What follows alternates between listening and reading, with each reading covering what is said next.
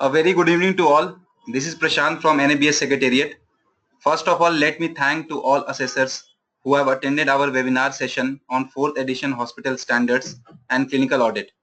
Now we are here for a webinar session on assessment methodology and assessor behavior, which will be presented by Dr. B.K. Rana, Director NABH, and Dr. Aarti Verma, Chair Assessor Management Committee.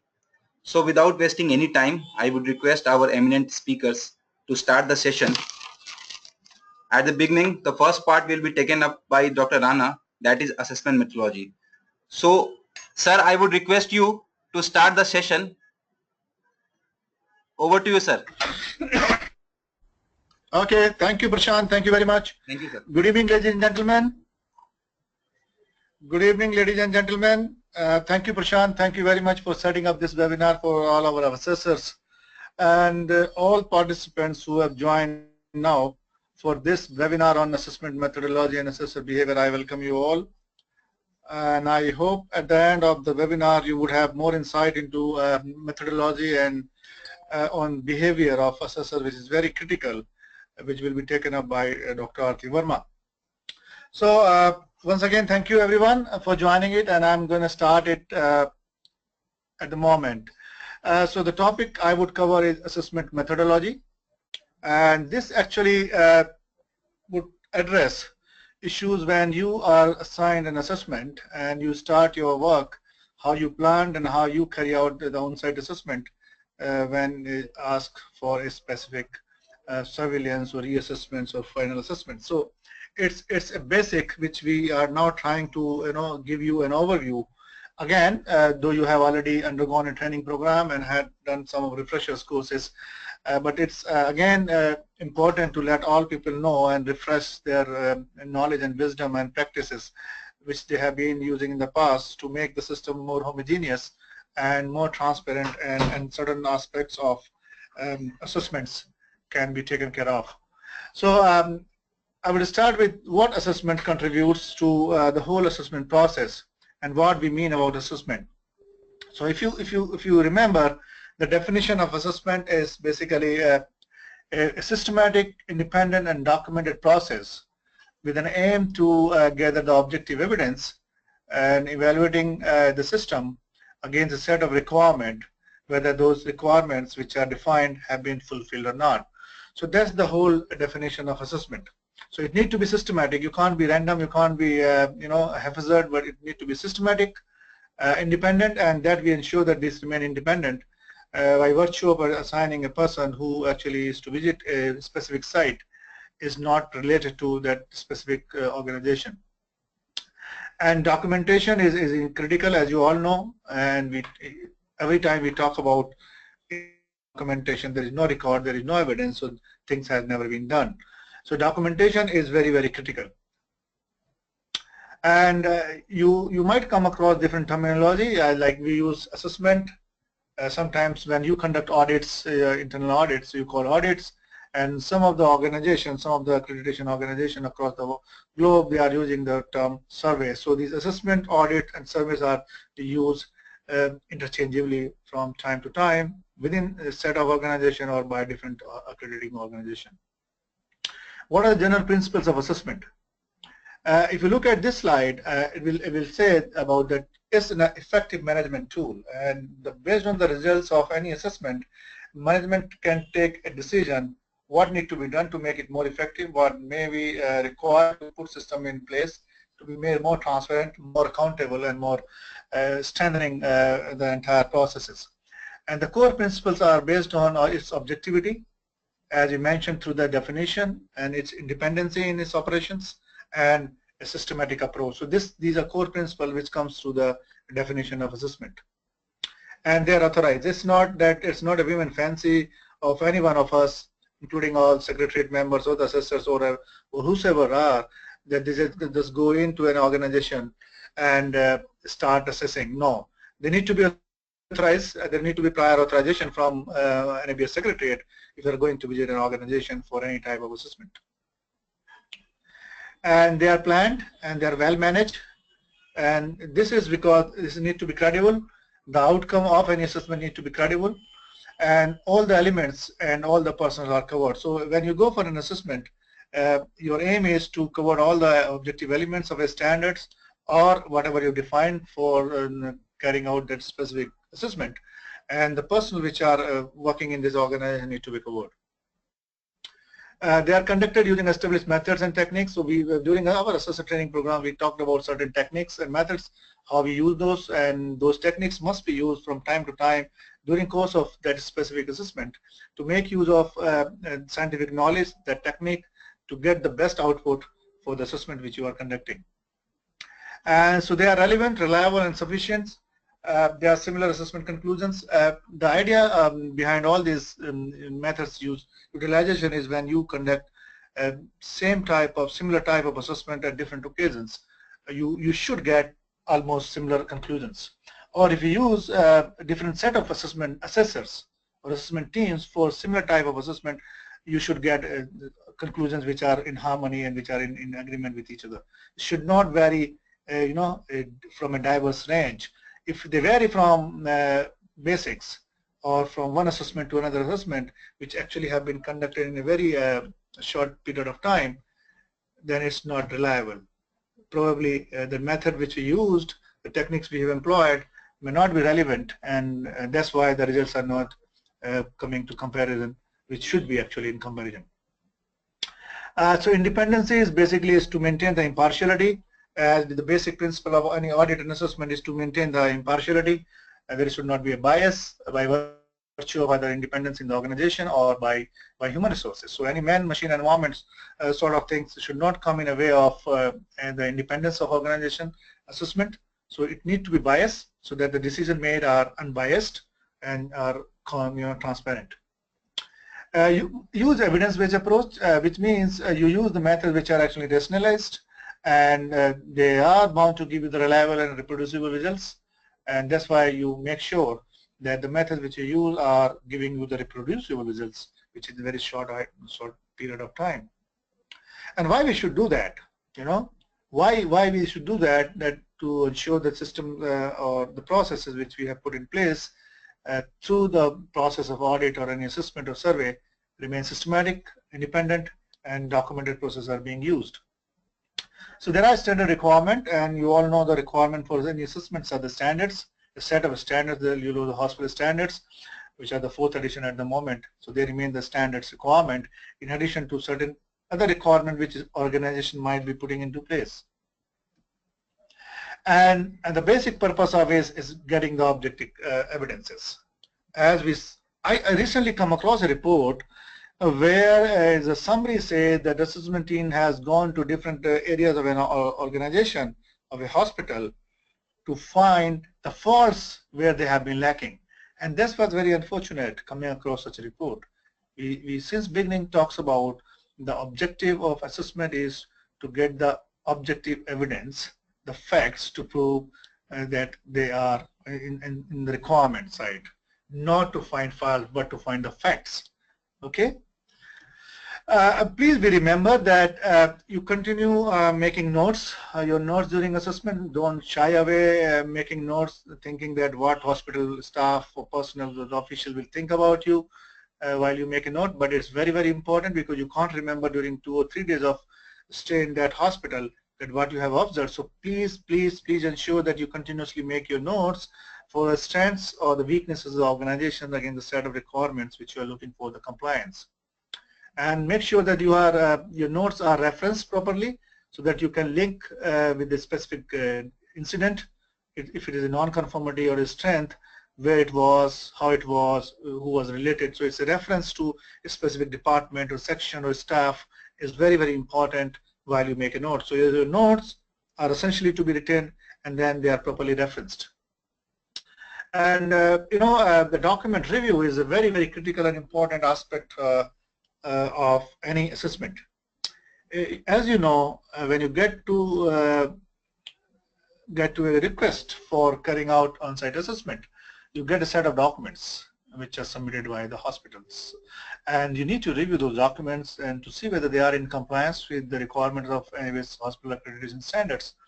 And if you don't do that, homework, probably you might not get an in-depth insight of documentation, number one. Number two, about the organization functioning when you go on site. So once if you prepare before you reach the site, it would really help you to carry out a very, very smooth process of assessment. So we request you all, please go through the documents. If you go to the documents, you know what are their strengths or what is lacking. So you can just ask if something is not there, and then while you have the knowledge of those systems in place, you can easily carry out assessment with objectivity. You need not to just refer each edge and every time when you are running, into the organization, going to different departments, sections, areas, and cross-referencing the documents. So it will take a lot of time, and probably at that time you won't get a reliable result. So it need to be cover all the requirements of all the objective elements, all the standards, and whatever is given in the standards requirements. The inadequacies in the documentations are to be removed before the on-site assessment is actually fairly critical and very, very important. If you bring out which in documentation that they are not exactly meeting the requirement or not addressing the requirement which they are actually supposed to, so you can let them know beforehand you reach there, so that when you reach there, when you arrive at the site, they are there, and it makes the situation for both assessor and assessee very, very easy in terms of documentation requirements. So you're preparing for on-site assessment might cover the following. You need to prepare your assessment plan as your principal assessor, basically in their capacity, prepare an assessment plan taking the team into consideration and the scope of assessment, and assigning the work to the different team members within the team, and then preparing the working document. And so when you are on site, you are preparing yourself, and you have to conduct a pre-assessment team briefing, and ideally it should be done evening before the start of the assessment next day morning. So if you are planning to start next day morning, so today evening, at the moment like we are talking to each other, it should be the team pre-briefing, So we get introduced to each other and then plan and who's going to do what, and if there is a needed change in the assessment plan which you have already communicated to the hospital prior to arrival, you make those certain changes and let hospital know in the morning when you start your opening meeting. And then you start your opening meeting in the next day. Communication during the assessment is very important. Communication with the organization, communication within the team. If any team member would like to communicate to another team member for a significant finding which need to be looked at the area which the other assessment team member is looking at, probably you have to establish a good communication system. And then collecting and verifying information. So you need to collect the information which is in compliance or otherwise, and you need to make sure that they are verified when you are doing that. And how you can conduct those assessments, how you can get the objective evidence is by way of different technologies and techniques, I would say the methodologies. The staff is key, so you can interview staff in different areas to find out about the requirements, their knowledge about the standards, concerned standards. You can't imagine, you should not think that every staff knows everything. And they're not supposed to do everything, and they're not supposed to know everything as well. So what the requirements say, the staff concerned in a specific area should know the requirements, the standards of that particular area. So you interview staff keeping those things in mind and get to know what they know or what they don't know. And you examine physically the facilities around. You observe why it's not necessarily either talking to someone, but you sometimes observe, and this observation is quite critical sometimes when you're walking through the corridor, going through the different sections. So you keep observing things, what's going on, and probably that might help in getting to know what they are doing. A review of documentation, examining records and reports. So talking to staff, talking to pupil, observing facility, examining facility, documentation, as well the records which have been generated in a couple of months prior to your arrival there. You review those and see whether those records are in alignment with the requirements of the accreditation standard. So you're examining the records probably lead to the traceability of activity. When you review a record, you can find where this was generated and what was the reason to start this document, so you get the traceability. The records are complete and they're correct and very, very critical. particularly the case sheet of the patients, that whether they are properly written, or the prescription for a patient, whether it's completely written as the standard says, okay, legible bold letters or capital letters, the dosage, specific route, all these things, and they are correct. And legibility is important, understandable in a manner the patient or client can understand. Filing is very critical. Filing, how they file their records and how they put them for storage, and if need be for retrieving, how they archive.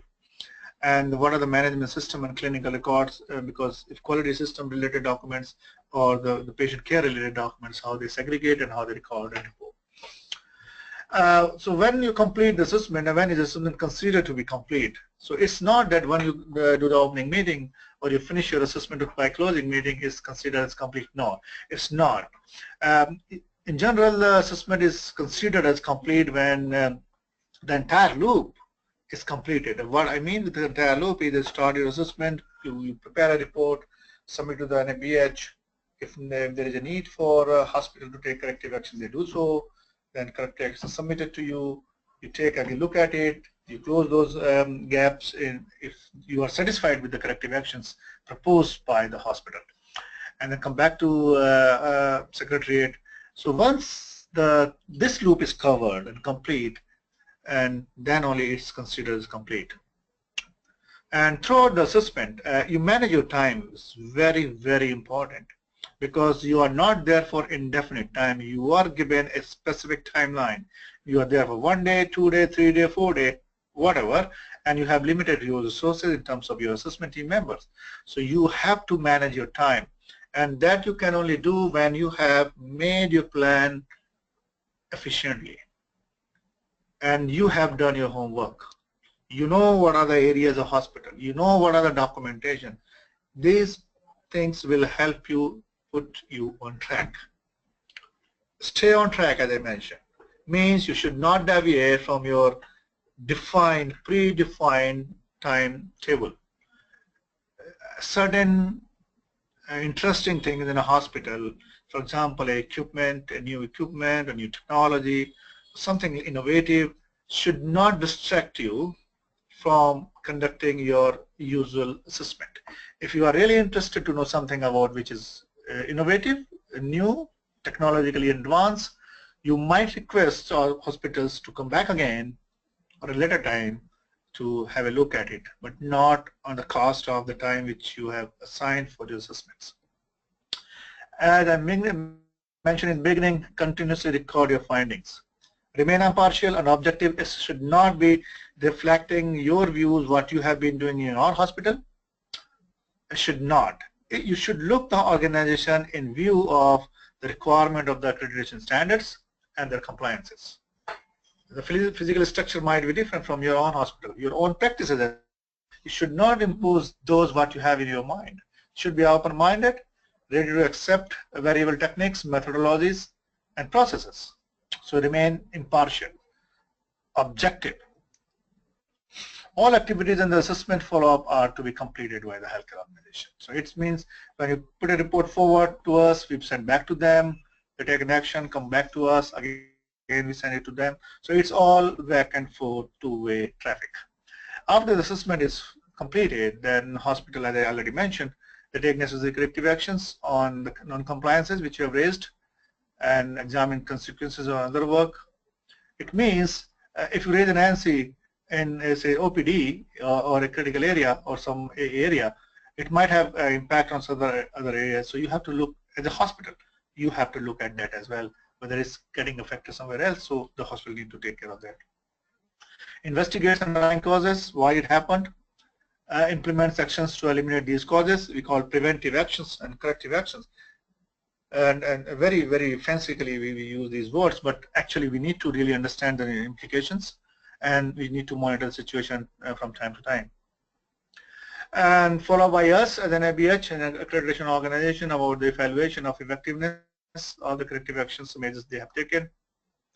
A review of new or amended documentation if they have submitted in line with the compliance with the requirements when you have raised those concerns. And examine the records for consistency, completeness, and full or partial reassessment if need be.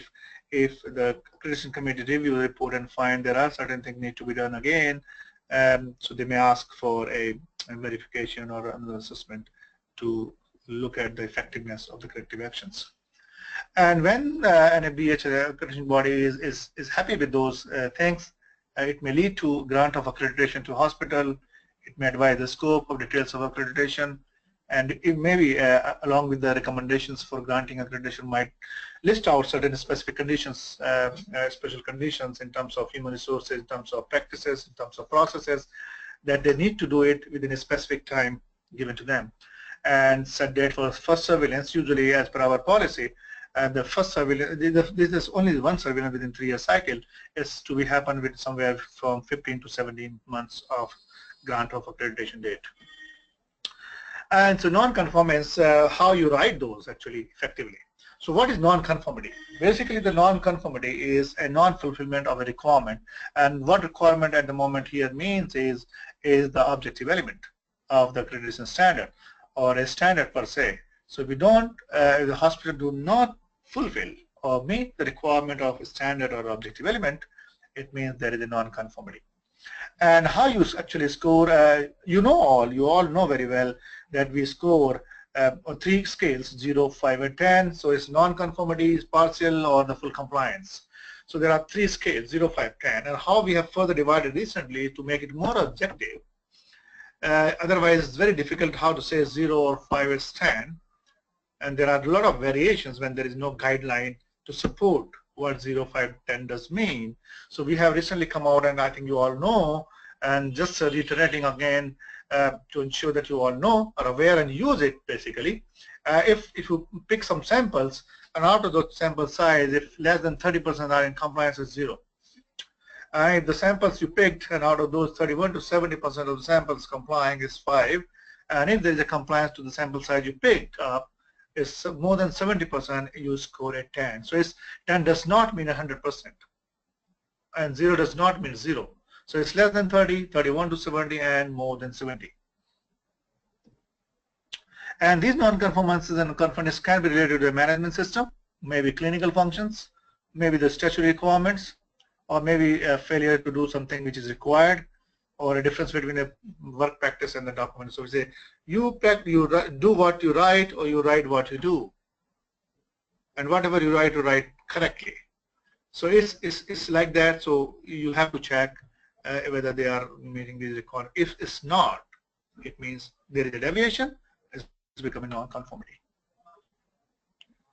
So statements of non-conformity is very critical when you states, and they must be non-blaming of facts. It should not be indicating a blame to an organization. It's based on a recorded objective evidence which you have gathered last 2 days or 3 days. If they directly relate to the accreditation standards or any specific document requirement, not relate to something which I think it should be. What's the purpose? The purpose is to inform the CISI who is undergoing assessment how the system has not addressed a specific requirement, and are the starting points for effective corrective actions. So if they understood it clearly, probably they might take corrective actions properly, implement it, and might be effective. And the record on which the assessor bases his or her assessment conclusion, so based on the findings at the end of the day, actually culminate the entire report, the final findings. So briefly, not going to detail, as you all know, when you are on site, you have to do 2 important tasks or activity. The first thing is an opening meeting, when you just get into the hospital and you formally start your assessment process, and then before you exit, you conduct a closing meeting. And these opening and closing meeting has a great importance. During opening meeting, what you do, you introduce yourself, you talk about the purpose, talk about the scope, you talk about the assessment process, you talk about the plan which you have created for themselves or for the hospital, you talk about if there's any changes, or do you have any special arrangements, requirements, like you are vegetarian for meals, or if you need some other assistance for translation, and like that, but not the special requirements which actually are not fitting into the assessment process.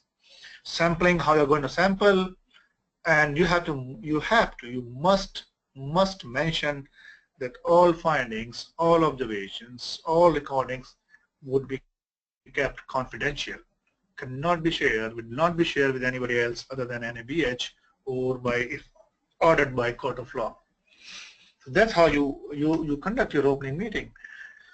You talk about scoring, that you would be scoring different objective elements of the standards. You might request copies of documents, the sources, or the personal which you need during assessment to facilitate it. Requirement of guides to take you around the hospital, certain ground rules. You can ask the hospital, you must ask in fair sense that if there are any ground rules to be followed by the assessment team which are prevalent, need to be followed by team, please let us know. There may be certain requirements when you'll say, okay, this is a very restricted area, you need to enter. If you want, you have to ask this authorization. So you must ask, talking about the exit routes, sometimes an emergency, or if something is there existing in a hospital which they would not want to allow you to just go freely.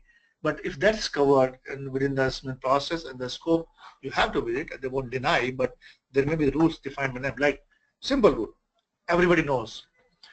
You will find on a door restricted entry. It means it's a restricted entry. It's not a thoroughfare, So if they've said, okay, these only people can enter, but you are not among those people, so you have to take a specific authorization. And please feel free. You should not feel that I am an assessor, I have access, I have thoroughfare anywhere in the organization. No, they might, but I think we should respect and we should ask if there are ground rules set for anyone who is coming to the organization. And then you proceed for the closing meeting at the end of the last day of your assessment. And you must say if they need to ask some clarification, please tell them. Please feel free to ask if you have some clarifications to seek from any of us. Similarly, the closing meeting, you have to thank them for their all support, hospitality. Again, objective, scope, and criteria of findings. You briefly tell them what are the findings. Limitations in terms of you can't have 100% sampling. It's only sample based. You must tell them. And confidentially, again, you have to mention, as you mentioned in the opening meeting, you might have some discussions, clarifications, which might be asked from any of the staff member in the hospital, and tell them what is the next step, and then close. Thank you very much. And very important, do not give any recommendation that hospital is, meets the requirement of accreditation. We hospital for accreditation. We recommend this. No. Please adhere to the specific requirements, objective elements, standards, and just give a status report whether the hospital is complying to specific objective elements or are not complying. Just a specific status report. You are not supposed to give any recommendations. Important, how you write a report, very critical. And as you all know, we now have from couple of months that's entirely online system, and you all are requested, suggested, advised to use online system. We are not using any hard copy at the moment. There might be some deviation based on specific circumstances prevailing at the time of assessments or any other specific situations, but not in general.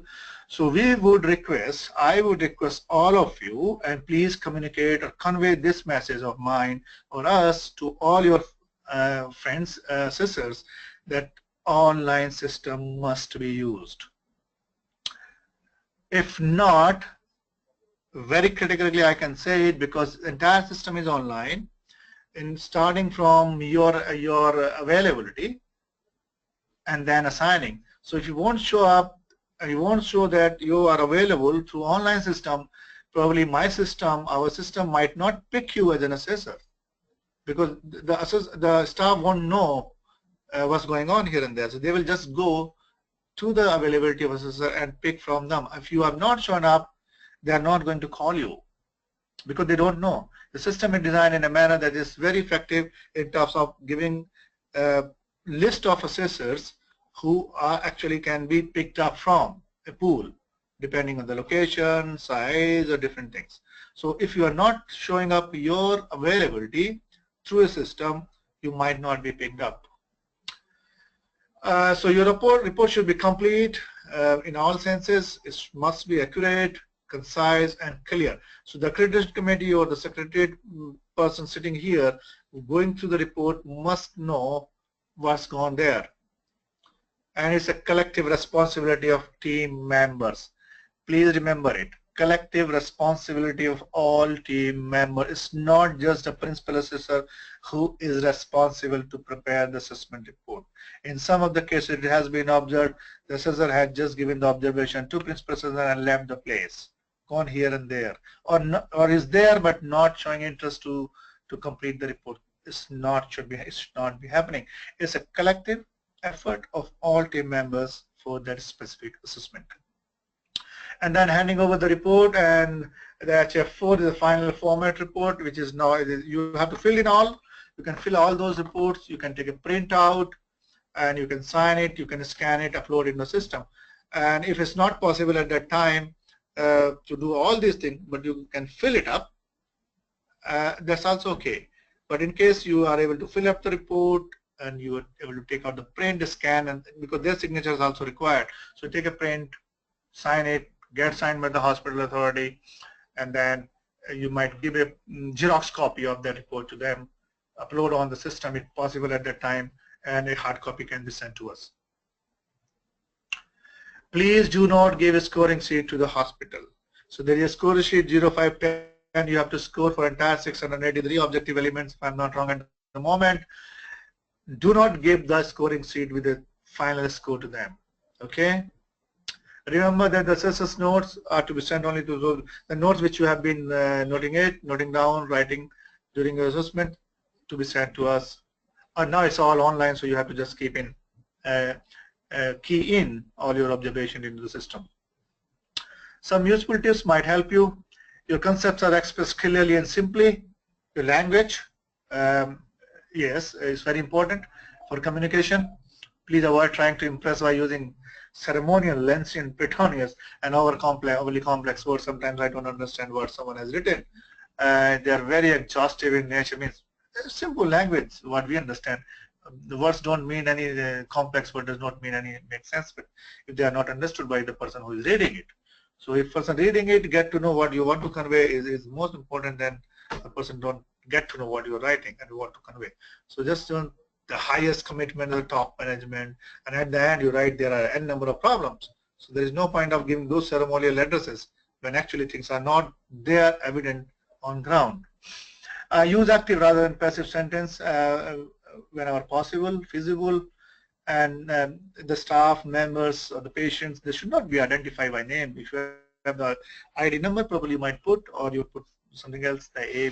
Please, the whole purpose is not to make someone directly responsible for that. As you know, you work in a hospital. If your name is put in the report which is not good, probably management come back to you, hey, what have you done is you. So I think as a basic tip, as a basic principle, they should not highlight a specific person or a patient.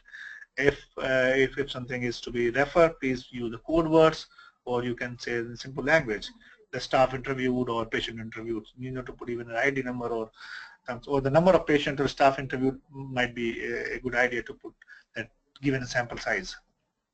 So this is all about from my side, ladies and gentlemen, and if you have the questions, probably at the end of the webinar when we both are finished, you would have an opportunity to raise your questions. And of course, if that not happen in very short of time, you can definitely send questions through email to Prashant, which we would try to address and send back to you. So with this, I thank you once again for your presence, and hopefully I can't hear you because it's webinar, so patient hearing, and you were there during the course of webinar. Thank you very much, ladies and gentlemen. Have a nice evening. Over to you, Prashant. Thank you, sir, for such an enlightening session. Now moving to the second part of the session, which will be presented by Dr. Aarti Verma. Here we will take a break of 5 minutes. So I request everyone to be online and please don't go anywhere.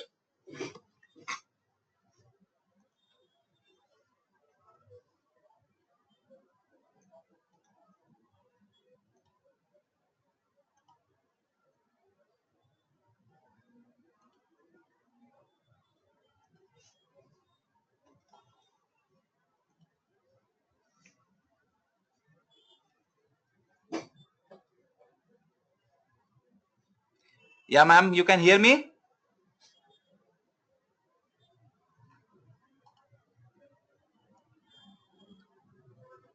Can you hear me? Yes, ma'am. Yes, ma'am. You were not hearing me, na? Only what I was saying. Prashant, I have to mute. I don't know how. And I'm coming. Now you say something. Hello.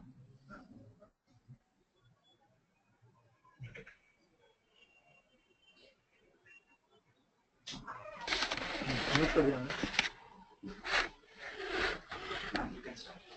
I can start? Yes.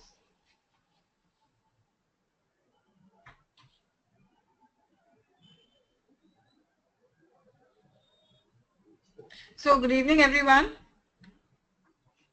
I think after Dr. Rana's very comprehensive and yet very, very meaningful presentation, we will just revisit some of the behavioral as well as assessment checkpoints that are very critical. I think it's very important to reiterate that the assessors, all of us, we are the face of NABH when we go out into the community. And the way we conduct ourselves is extremely, extremely reflective of the culture that NABH wants, the professionalism that NABH wants to be shown as, and also its reputation as a identity and as a very important national level identity.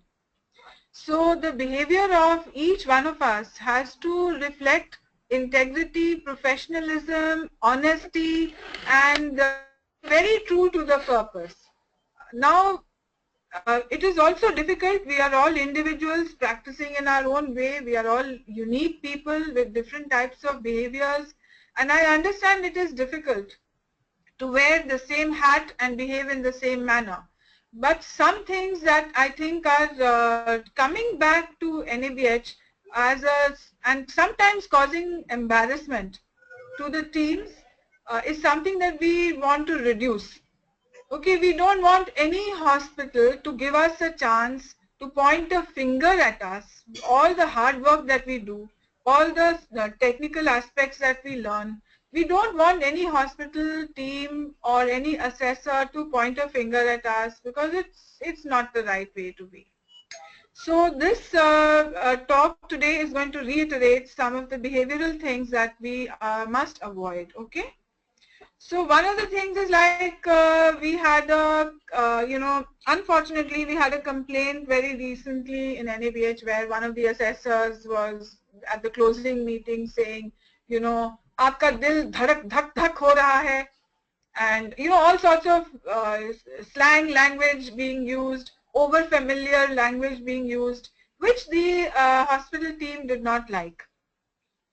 Please make sure that we conduct ourselves in a very, very professional manner. I have to just start the slide. Just 1 second. I think the slide is not going.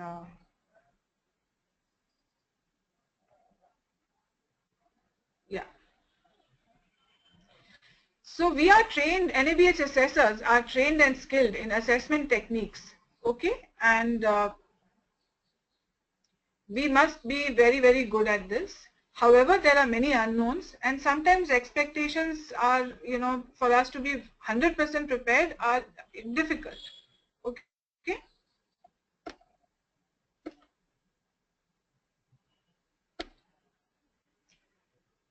When we go for assessment, sometimes we are asked to entry level standards, sometimes we are asked to go and do SHCO, other times we go and do ECHS and CGHS, sometimes we go and do verification and focus assessments, others we do surveillance, reassessments, pre-assessments.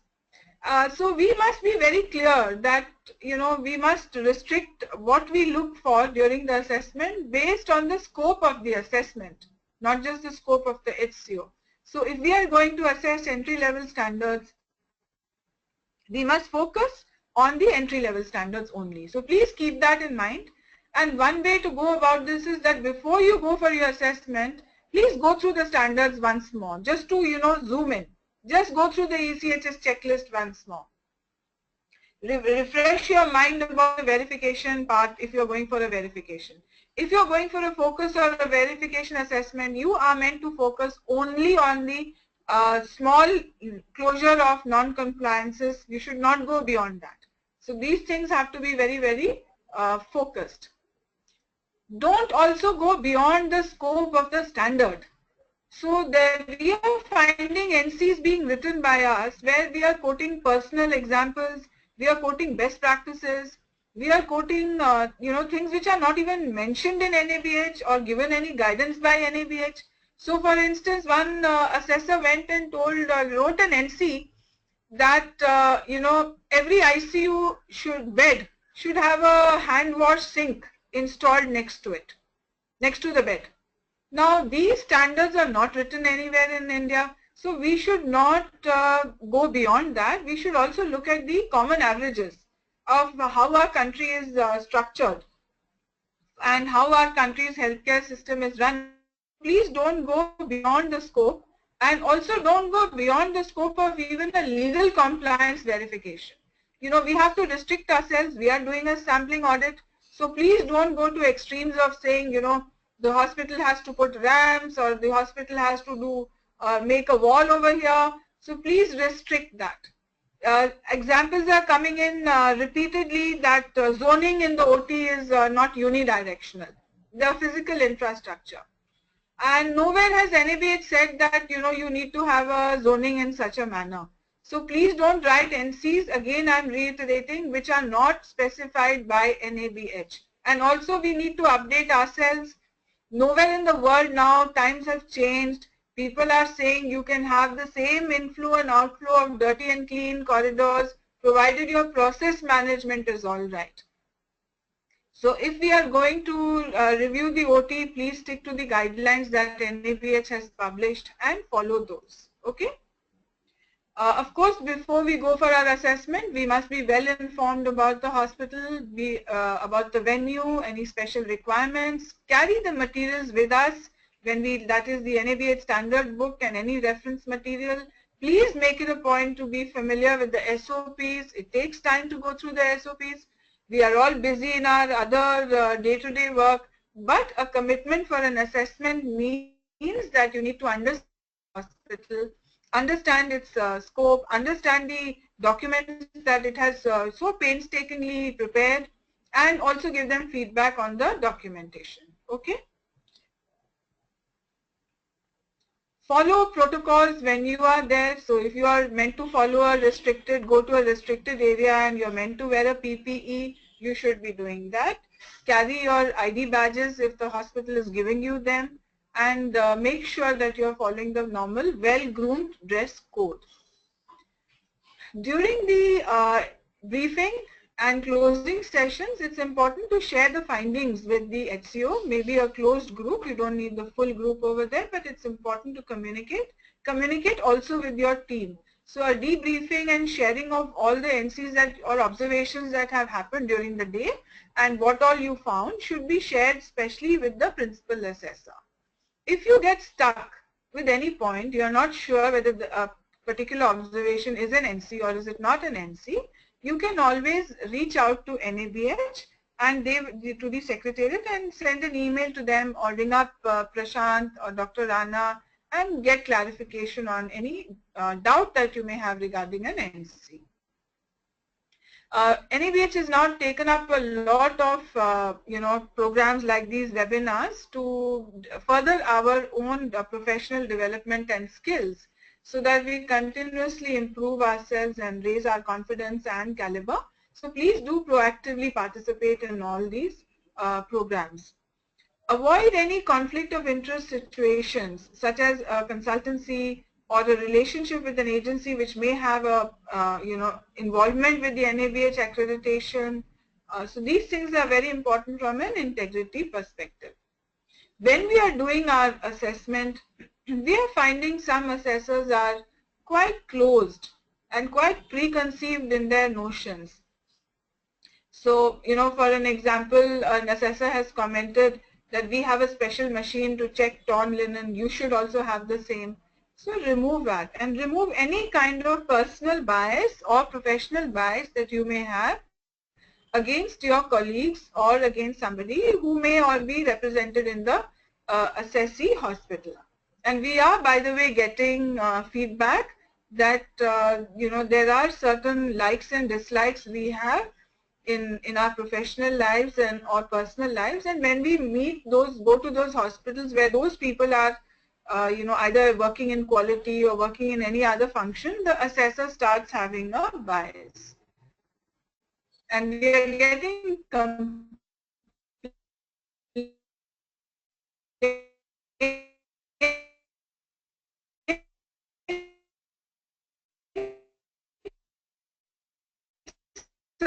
about this in writing. So please be careful that you wear a very neutral hat when you are an assessor. Are you randomized? Good if you take so that you have practice on the ground. Once again repeating, please do not indulge in unethical practices like inflated bills being submitted to the hospitals, offering consultancy, asking for sponsored trips around the place like a tourist would, or even asking for a job, or any unnecessary favors, asking for gifts or insisting on very high class accommodation or expensive air tickets. We have to improve our capability to use technology during assessment, so we must practice and be good at it. If we are not good at it, it can always be learned and improved. And as you know, all assessments now are on the digital mode, so it's very critical that we use technology for reporting, use if you want handheld devices. Familiarize yourself with if the hospital has an EMR and they want you to check a medical document through that, so they should give you the ability to review it, and you should feel comfortable using technology. Of course, you may also be vulnerable to some pressures from the hospital or from professional peers or some kind of emotional pressures, that we have worked so hard, how can you find this NC, or I'll get into trouble, or I'll lose my job. So we must not be able to bow down to pressure and give in, become a victim of any type of pressure. We are there to do a job. We are there to assess a standard against the NABH and see the practice, and our job is to objectively record it and inform. Okay.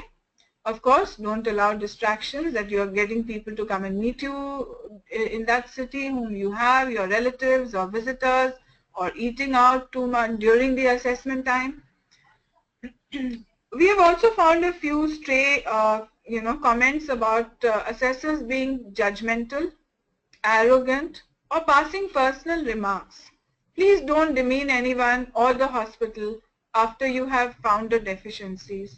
There have been cases where staff has started crying. Some have given in their resignation. So, one harsh criticism completely negates all the good work that the hospital is doing, and the entire mood of the team at the hospital goes bad. So we must be very, very cautious on how you explain a deficiency. And please do not criticize or make personal comments about the quality team. Okay? So that is also not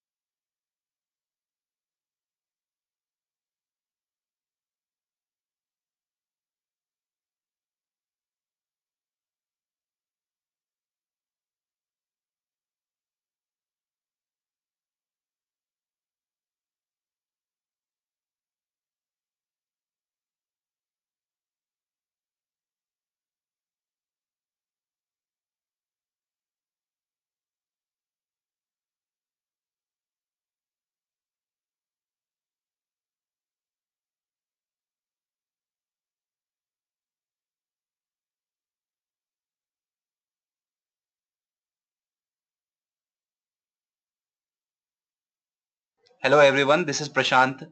Sorry for the interruption. Actually the computer got crashed. So it will take around 5 minutes more to start the session. and continue from where ma'am has left.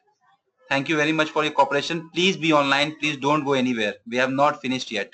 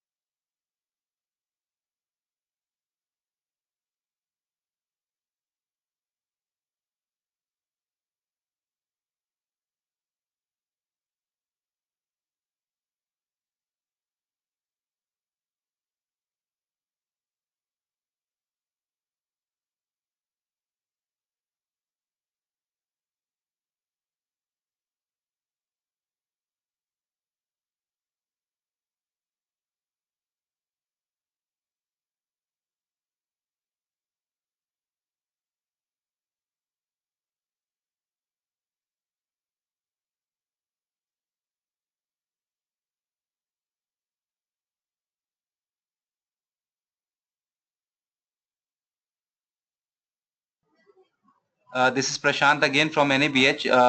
There is some problem with Dr. Aarti's laptop. So please be patient. She will be back in 2 or 3 minutes. Sorry for the inconvenience caused. Can you hear?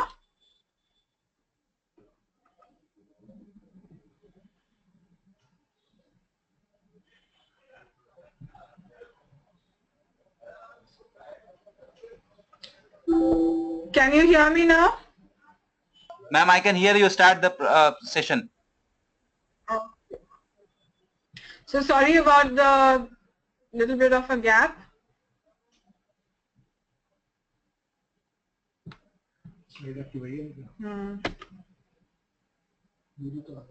It's not coming as a...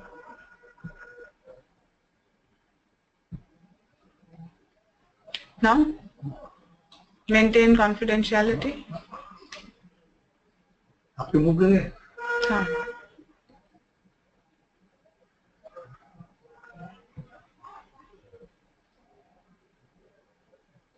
Stop sharing. He has to invite me, na?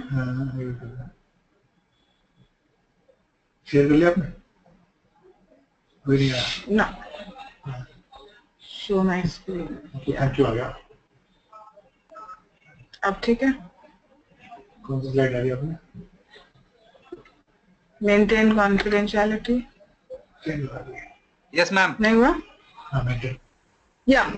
Sorry about the gap. There was a technology glitch. So just repeating that we must maintain confidentiality and do not share whatever you are finding in one assessment with any other hospital, with assessors who are not on the team, with any third party, and destroy any records that you have as soon as the usage is over. Please do not also share the reports with which are confidential with the HCO, and don't ask the HCO to type the reports, because then you are disclosing everything. So when you are taking help from them, it is fine, but limit it to what they are meant to see. We are also finding some assessors are doing loose talk and gossiping, where when they meet friends and they get a chance to be casual, I am looking, comments like I'm looking for a job change, or I won't mind joining this hospital, or discussing matters outside the scope of assessment. You know, how come my nurses are getting better salary than in your hospital, or asking for salaries of staff, asking staff or files to be sent to the hotel for review because you could not keep time and manage the assessment properly. All these things, mind you, please note very importantly, all of us are being watched. We are being watched by more than 100 people in the hospital, and every word you utter is going to have a powerful impact, because assessors are treated with a very high degree of respect. And I don't think we underestimate the power and the influence that we are showing when we go to a hospital. Be very careful about how you behave and your code of conduct. Don't make any loose comments about anybody.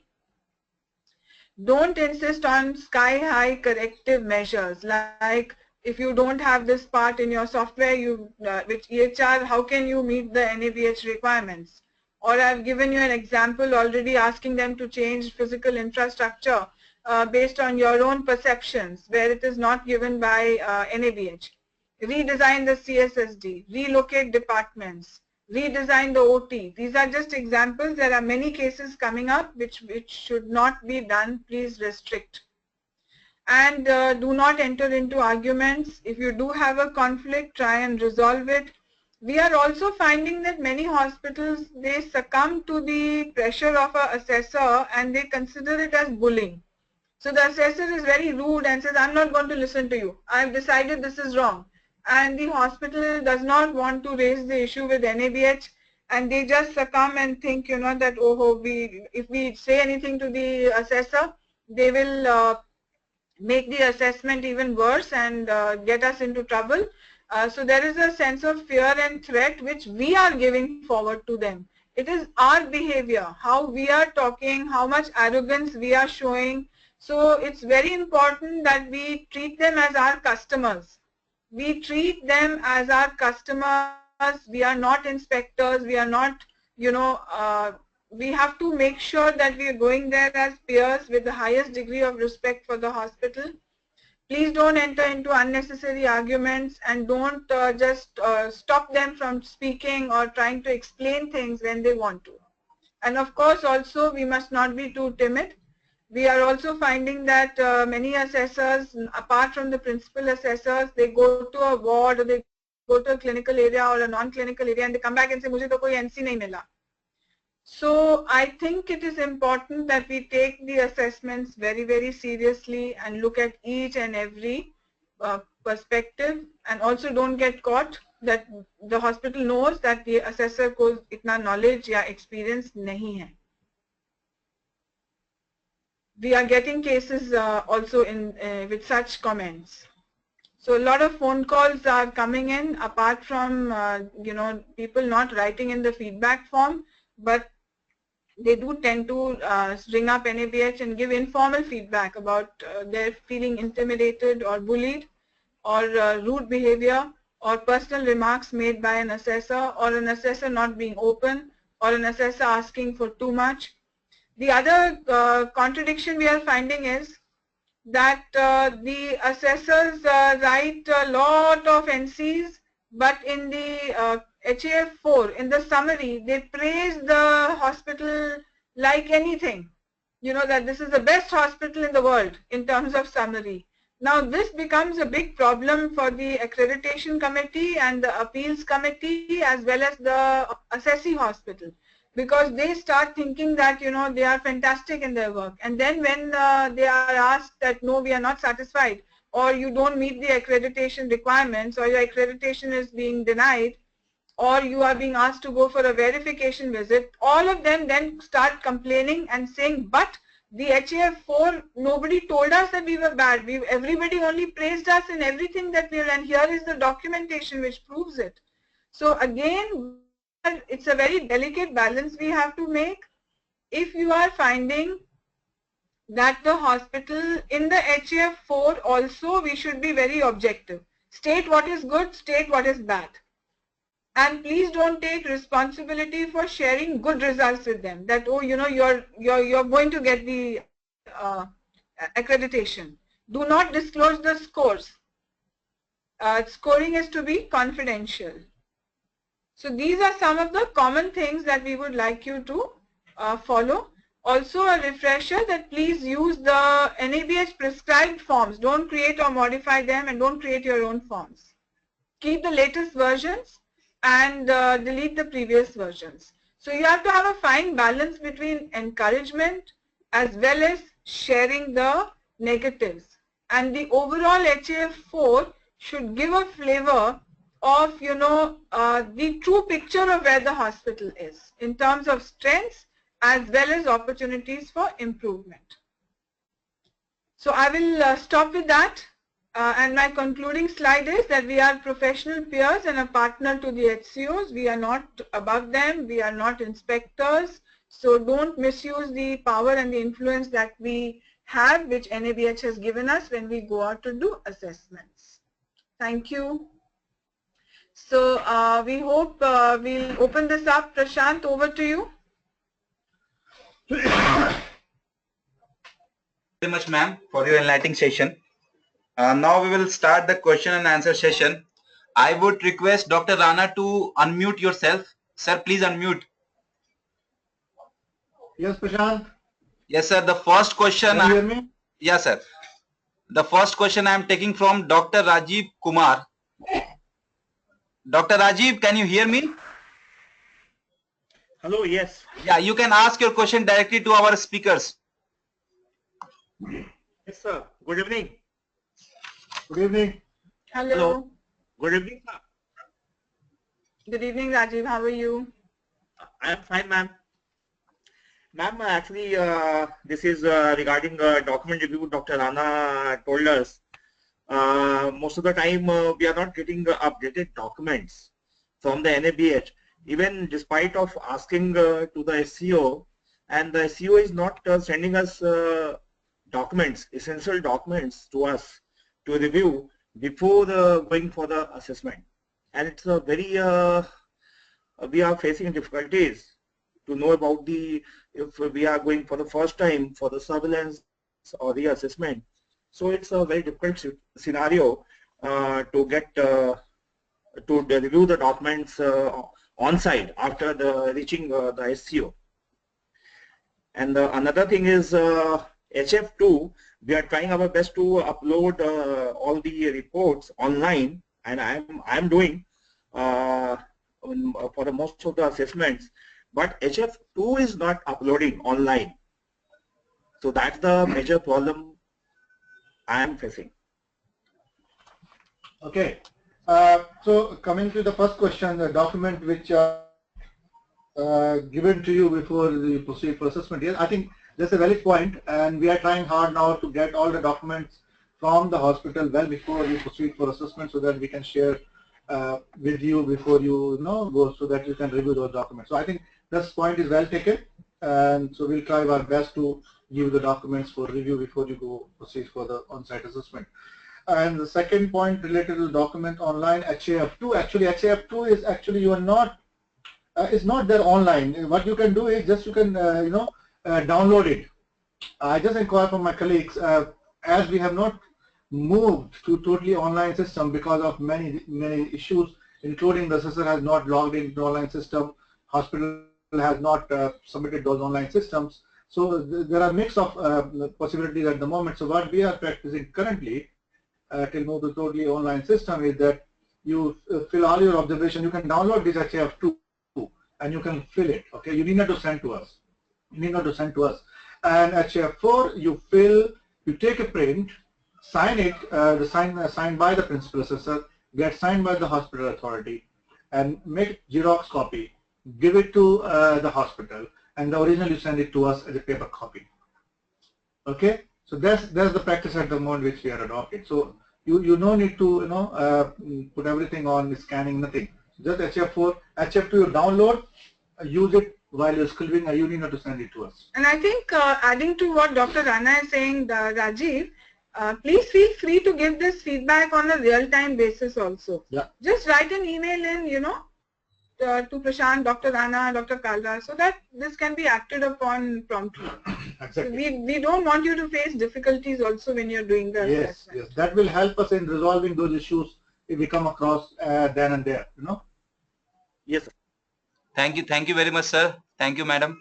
Now I am taking the second question, which is for Dr. Aarti, and it is from Hemant Bhatnagar. The question is that what is renewal audit checklist? What is? RA checklist. Reassessment checklist? Yes. The reassessment is done as a full assessment, Hemant, and the 4th edition checklist is just getting developed, which will be circulated to everybody to help you out. Some people have made their own checklists, but the scope of a re-accreditation is as much as full as it is as a final assessment, except that you would also want to see more improvements under CQI chapter. Okay, thank you, ma'am. Thank you very much. I hope I've been able to answer the question. Yeah. Ma'am, the next question I'm taking from Dr. Sunil Munkur. Dr. Sunil, can you hear me? Dr. Sunil? I think he cannot hear us, ma'am and sir. So moving ahead, the next question again from Dr. Hemant Bhatnagar. Just wanted to know, sir, that can we submit HAF2 handwritten? Prashant, I just mentioned that they need not to submit the HAF2 to us. Okay. Just for their own record. The rest of the things has been converted to the non-conformities and or the strengths. Yes. They are already been built in this online software, so they need not to fill and send the handwritten copies of HAF to us. Okay, sir. Thank you very much, sir. The next question is from Dr. Naveen Chug. Dr. Naveen, you can ask your question. Dr. Naveen, sir, Dr. Naveen's question is that, is it possible to convert our forms in Excel as it is easy to upload directly? And now see, as far as the uploading is concerned, there is no difference between the Excel or the Word file or even the PDF, because there's the same amount of uploading speed. It depends on the internet activity, connectivity, and the speed. So the converting to the Excel sheet does not make any difference. And in fact, many of the files which we have created in Word file is actually cannot be properly transported to the Excel file. So that's the reason we are not doing it. But we are trying our best to provide a full online system where you need not to worry about where to upload. Certain documents which need to be uploaded, we will make it easy for uploading. Thank you. Thank you, sir. Thank you very much. The next question is from Dr. Krishnamurthy. Dr. Krishnamurthy, can you hear us? Dr. Krishnamurthy? Sir, I think he cannot hear us. Yeah. Sir, this is all from question and answer session because we have not received any more questions. So Okay. Yeah, ma'am, one question more. I've just received that. How often and where the real-time tracer methodology should be applied in clinical process assessment, as it is the time-consuming and has inherent Hawthorne effect? It is from Amir. So, yes, so NABH has not formally defined where we will use tracer methodology, but some of the areas that where you are assessing, I think you can use medication process. You can take 1 or 2, 3 examples and look at either a horizontal or across vertical issues also, and do a tracer methodology to help you strengthen. So like you can look at the medication flow process, you can do some non-clinical areas like fire safety, end-to-end tracer from a mock drill to records to training. So look at it that way. In 1 or 2 clinical areas, you can correlate between one doctor seeing, say, a referral. The multidisciplinary working system can be, also assessed through a tracer.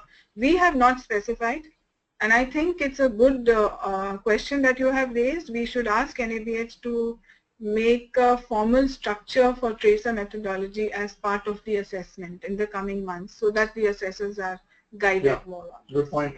We'll take this out. Sure. Okay, So thank you for that feedback. okay, thank you very much, ma'am. Thank you, sir. Now we are ending the question and answer session, and first I would like to thank our speakers for such an excellent session, and thank you all the assessors for showing your cooperation and be patient. Thank you, sir. Thank you, ma'am. Thank you so Prashant. much. Thank you for the wonderful arrangement you have done. Thank you very much, Prashant. Prashant. Thank you. And thank you to the assessors for a patient hearing. Yeah. Okay. Thank you, sir. Thank you, ma'am. Bye. Good night. Bye. Good night. Evening.